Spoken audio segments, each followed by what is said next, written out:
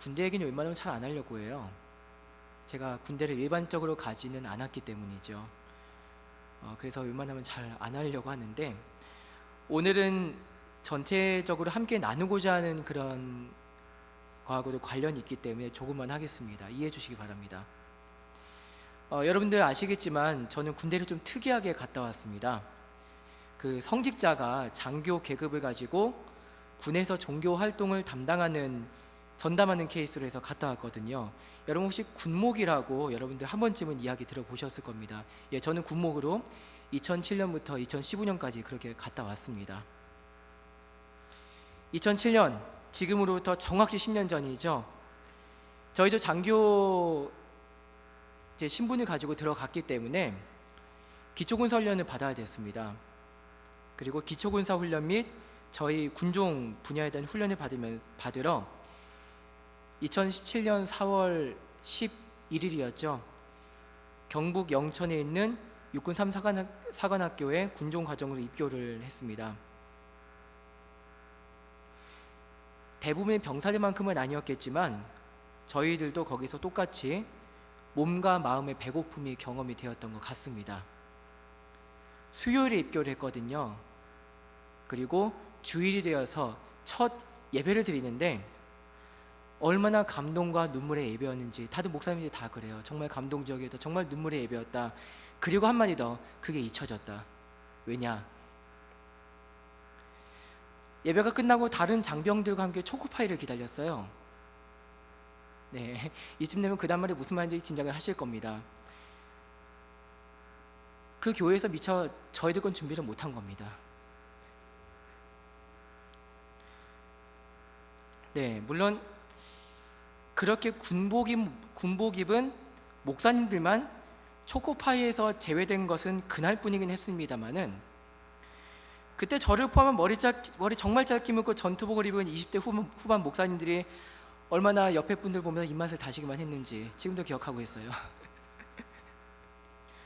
지금도 기억하고 있습니다. 10년이나 지났는데. 그런 건 사람이다 보니까 어쩔 수 없는 것 같아요. 특별히 좋은 기억보다 그렇지 않은 기억이 더 많이 남죠. 어쩔 수 없는 것 같습니다. 군대교회에서 지금도 그렇지만 흔히 초코파이로 대표되는 먹는 사역은 교회 전체 사역 중에서 지금도 큰 비중을 차지한다고 보는 게 맞습니다. 물론 교회 사역의 본질과 그 음식의 상관관계에 대해서는 예전부터 지금까지 여러 말들이 있었던 걸로 전 알고 있습니다. 이런 말이 있더라고요. 초코파이로 얻은 사람, 초코파이로 잃어버릴 수 있다. 그러나 다른 사람을 향한 마음을 전하는 데 있어서 음식이라는 것이 얼마나 중요한 위치를 차지하는지는 우리가 본능적으로 알아요. 그것은 사람이 평시 기본적으로 자기 몸을 무엇으로 지탱하는가를 생각하면은 그리 어렵지가 않습니다. 우리 교회에서도 그렇잖아요. 우리 교회도 먹는 사역 하고 있잖아요. 매주 주일날 그리고 화요일날 하고 있지 않습니까? 그게 얼마나 수고로움이 많은지는 우리 스스로가 정말 잘 알고 있습니다. 근데 그 사역 왜 놓지 못하고 있을까요? 왜 놓지 않고 있을까요? 그만큼 중요하니까, 그만큼 마음을 전달하는데 중요한 매개체가 되니까. 그래서 다른 모르는 사람들이 야 교회 가면 밥이 나오냐 빵이 나오냐, 예, 국수가 나옵니다라고 말을 하는 것이죠. 아무튼 제가 이제 초반에 군대교회 이야기를 했는데, 그 군대교회에서 먹는 사역 이야기는 그만큼 우리 국군 장병들이 지금도 그렇지만 아무래도 배고픈 자리에 있다라는 것을 보여주는 셈이다라고 할 수 있겠습니다. 어디나 그러지 않겠냐면은 이제 그렇거든요. 옛날보다 이제 지금 먹는 게 많아졌어요. 이제 월급도 많아지고 이제 현 정부 들어가지고 40%가 인상된다고 얘기 들었는데, 근데 아무리 이제 우리 국군 장병들에게, 특히 병사들에게 좋은 걸 갖다 줘도 그 자리가 결코 배부른 자리는 아니거든요. 그 때문에 어려움은 어려울수록 조그마한 거에도 상처받지만 조그마한 거에도 마음에 감동함이 있는 것이죠. 그래서 사실 초코파이 하나만 가지고도 사람들의 마음에 쉽게 감동함을 얻었던 것 같습니다. 이 점에서 2017년 9월 요즘 많이 고민을 하는 게 있습니다. 작년 말부터 사역하게 된 우리 금곡교회에서 제가 이 부족한 종이 전도 및 새세명 축제를 담당하게 되었는데, 제가 이전에 경험했던 군대라는 사역 환경하고는 정말 많은 것이 다르다는 것이 큰 고민거리입니다. 환경도 다르죠. 성별 및 연령도 다르죠. 그 외에도 여러 가지가 다르죠. 군대에서 초코파이는 정말 정이고 복음이고 그렇게 말할 수도 있겠지만, 여기서는 그냥 몇백 원짜리밖에 안 되잖아요. 무엇보다 군대 교회는 대부분 같은 부대에서 계급을 가지고 같이 있는 청년들이라는 중요한 공통점이 있습니다.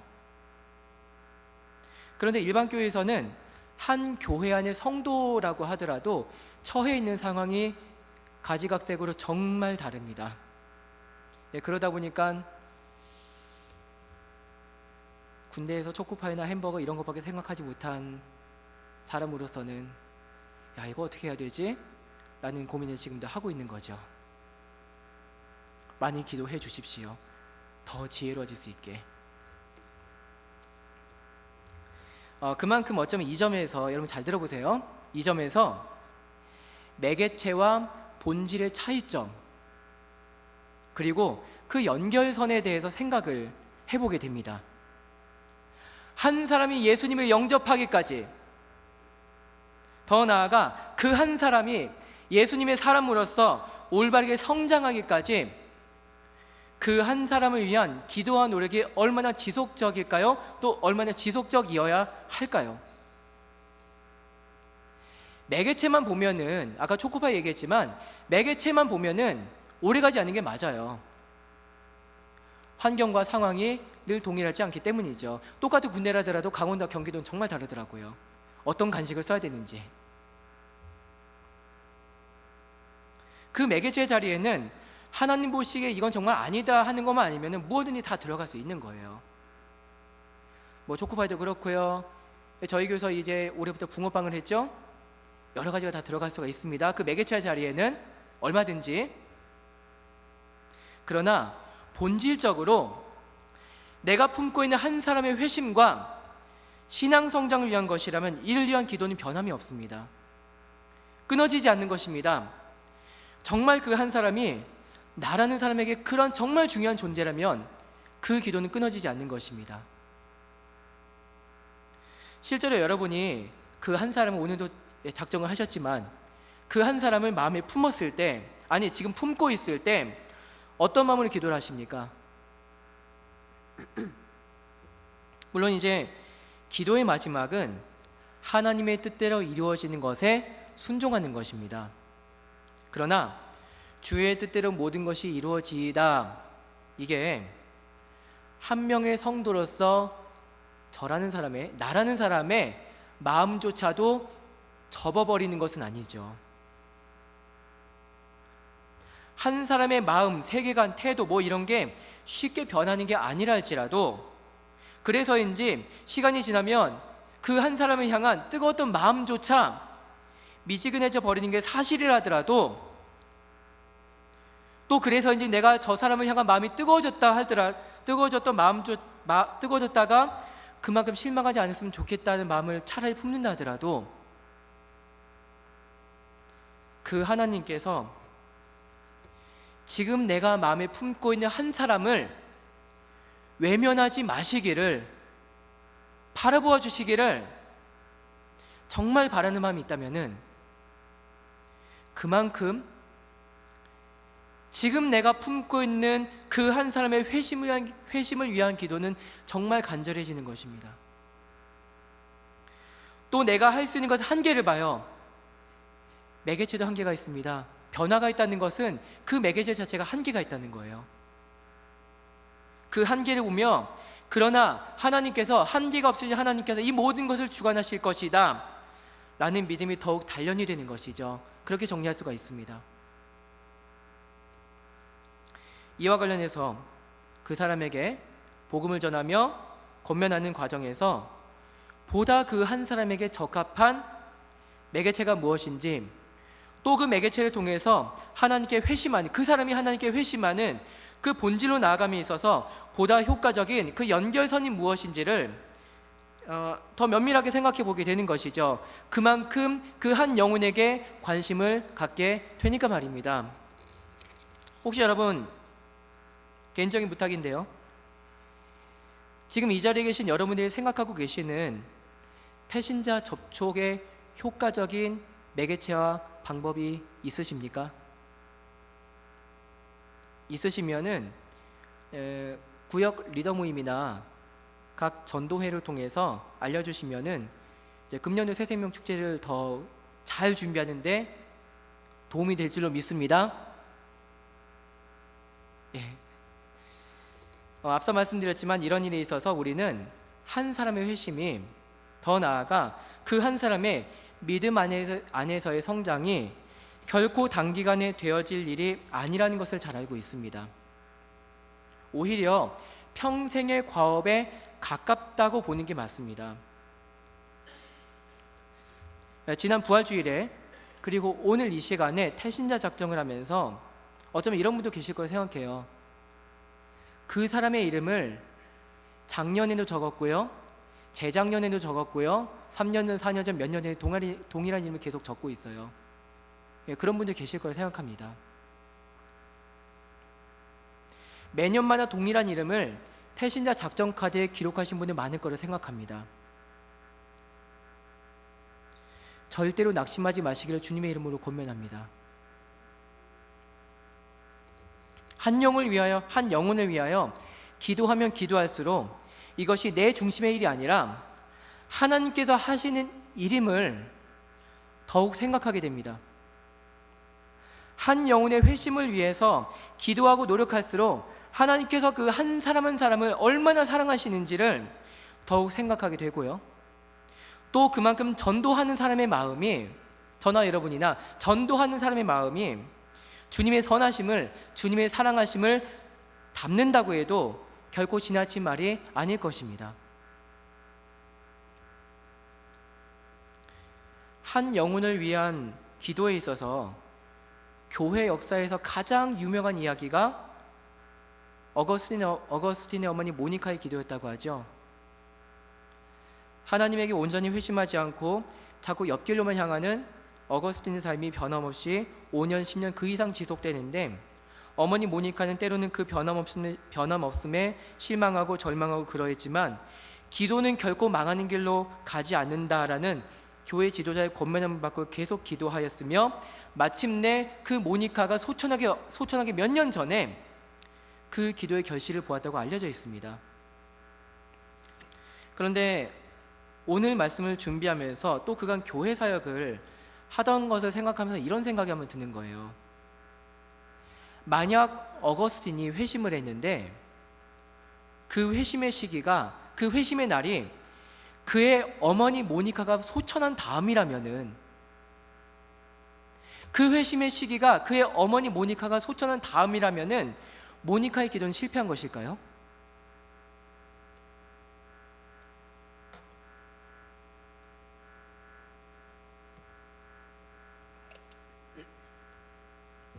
이게 실제로 비슷하게 해석될 여지가 있는 사례가 성경에 하나 있습니다. 누구냐면은 야곱의 어머니 리브가입니다. 여러분은 리브가를 편의 한 사례로 해석하시나요? 물론 그런 면이 있습니다. 사실입니다. 그러나 그 성경의 전체적인 맥락을 보면은 하나님의 언약이 어떻게 이루어지는지를 보며 이에 충실하고자 했던 믿음의 사람의 반열에 리브가가 들어갑니다.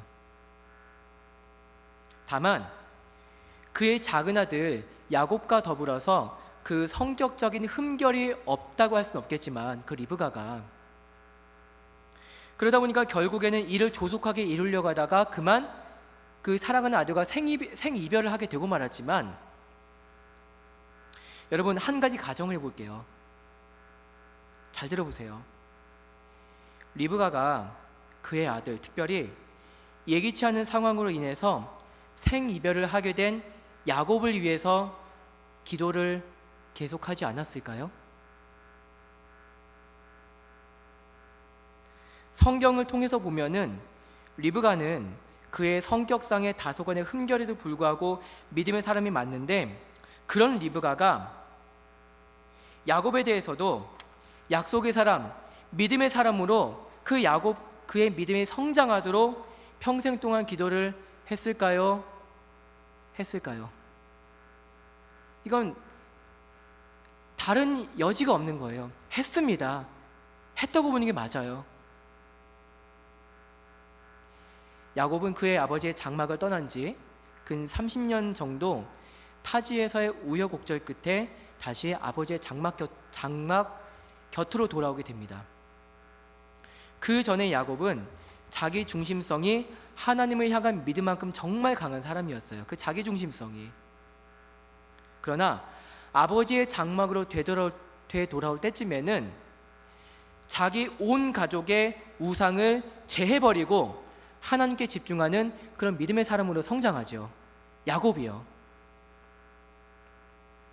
안타깝게도 여러 정황상 야곱이 자기 아버지 이삭의 장막으로 되돌아왔을 때쯤에는 리브가는 이미 소천했다고 보는 게 맞을 겁니다.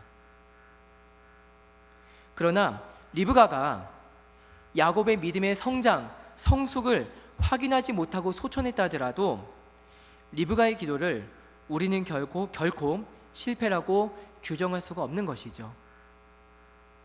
너무나 인간적이었던 이름인 야곱이 하나님 안에서의 영적 승리의 이름인 이스라엘로 변화되었기 때문입니다. 기도는 하나님께서 이루십니다. 우리는 오늘 오전에 다시 한번 태신자 작정을 했습니다. 하나님 안에서 우리가, 아니죠, 내가 간절히 품은 태신자를 위해서 기도함에 있어서 하나님 안에서의 기도는 결코 실패하지 않는다는 것을 반드시 기억합시다. 하나님이 결코 실패하지 않으신다면 그 안에서 저와 여러분의 발걸음, 특별히 전도 대상자를 향한 영적 발걸음은 아름다우시고 놀라우신 하나님을 신뢰하는 변함없는 믿음의 영적 발걸음이 되어야 할 줄로 믿습니다. 그 태신자 작정, 그리고 새생명 축제를 향한 영적 발걸음이 구체적인 모든 상황, 우리가 앞으로 마주하게 될 모든 상황 가운데서 구체화되고, 무엇보다 그 영적 발걸음이, 태신자를 위한 그 영적 발걸음이 하나님의 이루어 주심 안에서 멈추지 않으시기를 주님의 이름으로 축원드립니다. 기도하겠습니다.